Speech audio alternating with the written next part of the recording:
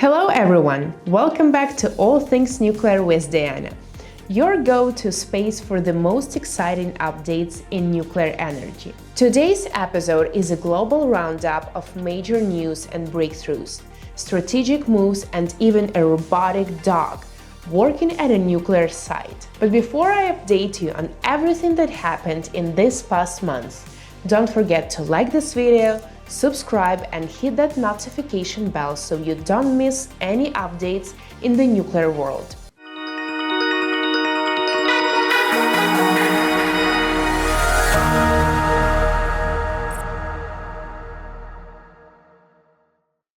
We are kicking off with some serious corporate momentum. Amazon, Google, Meta and Dow, Occidental, Allseas and OSGE have officially backed the net zero nuclear industry pledge to triple global nuclear capacity by 2050.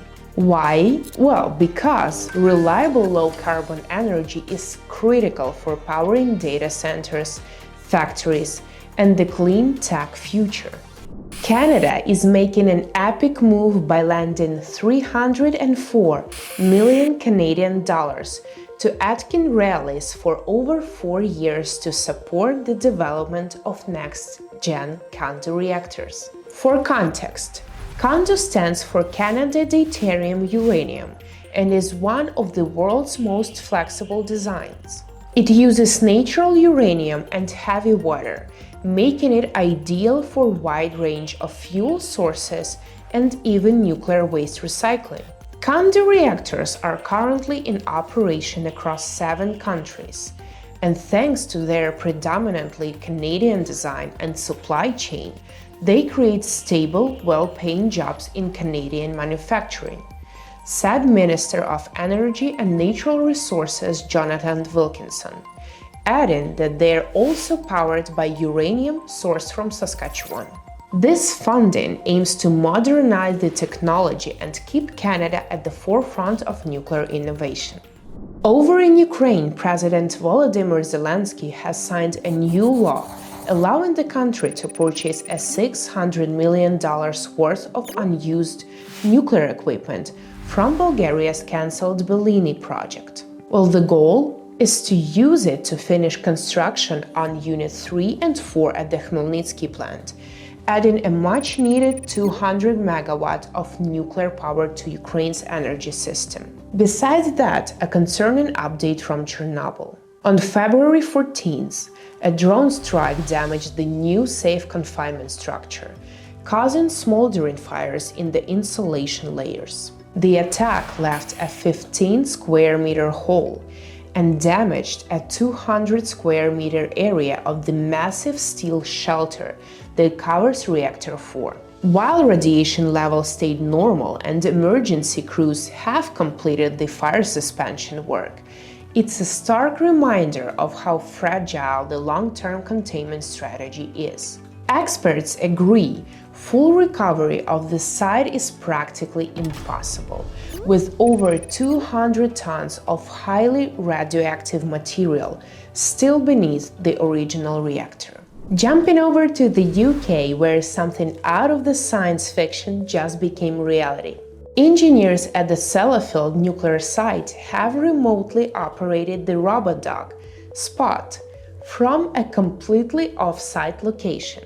Spot can walk stairs, avoid obstacles, and use sensors to detect radiation hotspots. This is a major milestone for nuclear decommissioning, offering safer inspections and minimizing human exposure in high-risk areas. And speaking of science fiction, UK startup Pulsar Fusion has unveiled its fusion rocket concept called Sunbird. The idea is to use controlled nuclear fusion to reduce the time it takes to reach Mars by half. While the tech is still early stage, the company plans static fire tests by 2027, with plasma demonstrations starting later this year.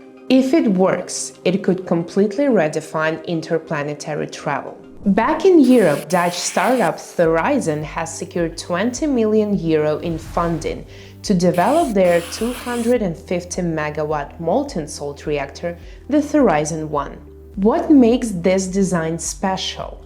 It's fueled with recycled nuclear waste and thorium, potentially making it one of the cleanest and most sustainable reactors on the market. Thorizon spun out of the Dutch Nuclear Research Center, NRG, and aims to have a demo unit ready later this decade. Finland's Olkiluoto 3, Europe's newest EPR reactor, experienced a minor scare on March 7 during scheduled maintenance. About 100 cubic meters of slightly radioactive water spilled inside the containment building due to a hatch in the reactor pool not being properly closed. Fortunately, the drainage system worked perfectly, and cleanup began right away.